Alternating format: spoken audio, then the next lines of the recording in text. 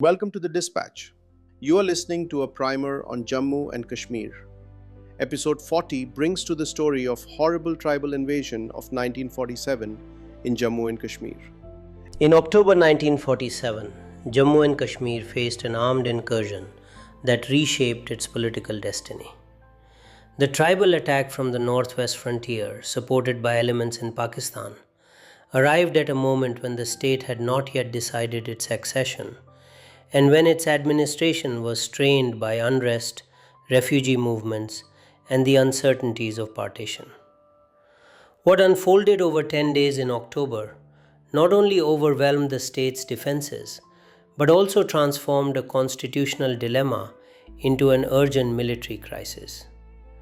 The origins of the attack lay both in local disturbances and external planning.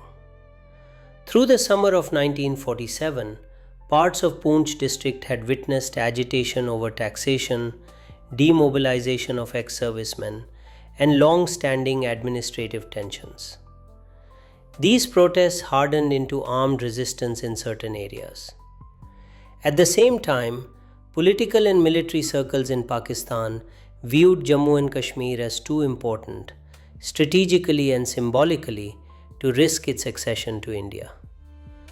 By early October, plans were underway in the frontier province to send tribal lashkars into the state.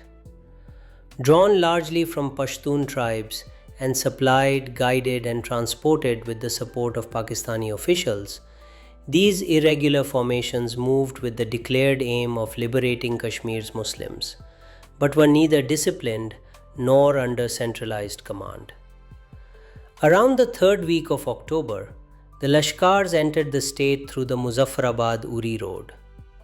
The Jammu and Kashmir state forces, already stretched by unrest elsewhere, were unable to hold their positions. Muzaffarabad fell quickly, and the raiders advanced towards Baramulla. Along the way, reports emerged of burning, looting, and attacks on civilians. Baramulla, a major town on the road to Srinagar, suffered severe violence. Contemporary accounts from residents and from mission staff at St. Joseph's Hospital described killings, assaults, and the destruction of homes and institutions. These acts, while devastating for the local population, also delayed the raiders, who lost valuable time in plunder rather than continuing their advance toward the capital. By late October, only a narrow line separated Baramulla from Srinagar. The state's defenses had thinned, communications were disrupted, and the administration found itself confronting the real possibility that the valley's capital could fall. Panic spread among civilians as the scale of the attack became clear. The National Conference, despite its political differences with the Maharaja, organized volunteers to support local defense and maintain order within Srinagar, while the state government sought external assistance. The Maharaja's administration turned to India, requesting immediate military help. The Government of India, following the constitutional framework governing princely states, made clear that such assistance required a formal instrument of accession.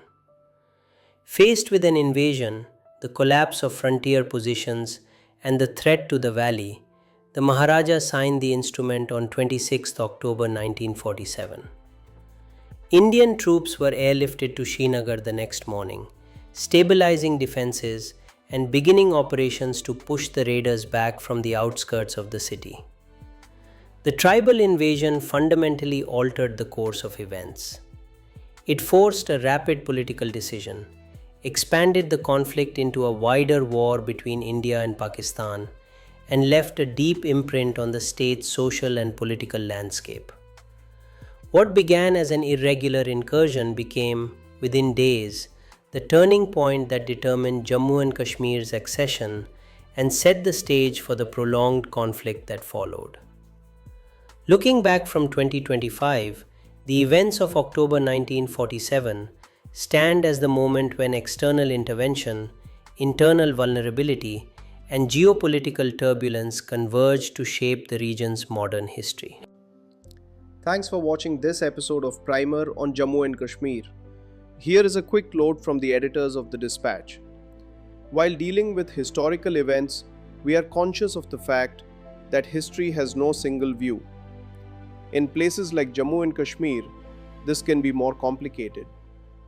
While explaining the events of history through this primer, we are taking the best possible care to be objective and to offer context wherever views differ starkly.